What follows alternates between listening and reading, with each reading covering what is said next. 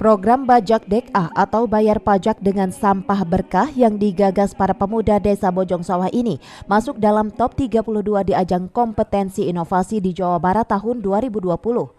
Seperti disampaikan Kepala Bagian Ketatalaksanaan Biro Organisasi Setda Provinsi Jawa Barat Ateng Kusnandar, sebenarnya Kabupaten Sukabumi ada 2 inovasi yang masuk top 32 KIJB 2020.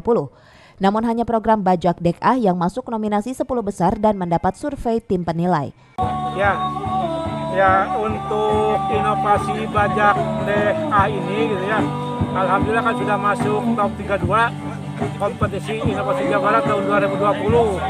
Nah, berdasarkan hasil presentasi dan wawancara yang sudah dilaksanakan beberapa waktu yang lalu, kami dari tim penilai kompetisi inovasi Jawa Barat tahun 2020 itu ingin melihat ya, sampai sejauh mana manfaat, dampak ya, yang dirasakan oleh masyarakat terhadap inovasi Bajak Dek-A ini. Sementara itu, Camat Kebon Pedes Ali Iskandar mengatakan pengelolaan bank sampah di wilayahnya bermula dari inspirasi pemuda yang tergabung dalam komunitas peduli sampah yang disingkat KOPEA.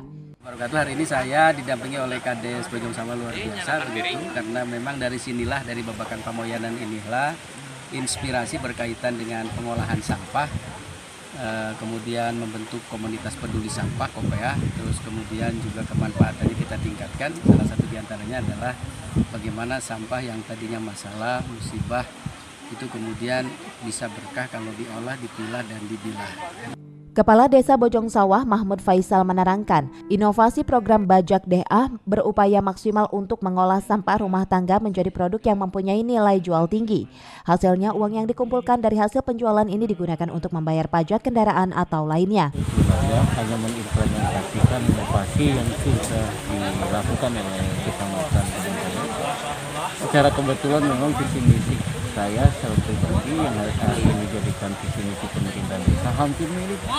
Bagaimana caranya warga kita diadorong untuk jadi kreatif sehingga bisa menghasilkan atau bisa lebih produktif. Dari Kabupaten Sukabumi, Muhammad Satiri melaporkan.